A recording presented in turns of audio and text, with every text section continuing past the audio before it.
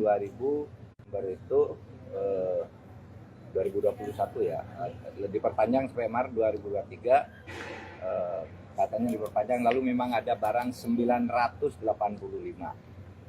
jadi ya masih 985 tiang. Itu kan mau membangun 4.800 tiang. Nah, tiang itu dijajah dengan satelit oleh BPKP. Nah, ditemukan hanya ada 985, itu pun semua yang dijadikan sampel tidak ada, hanya barang-barang mentah mati gitu ya, nggak ada gerakan sinyal yang bisa dioperasikan. Artinya mangkrak ya Pak? Mangkrak dan belum ada barangnya, yang ada pun mangkrak gitu. Nah, oleh sebab itu kemudian semula dihitung kerugian oleh kejaksaan itu sekitar 1, sekian triliun, tapi kemudian BPKP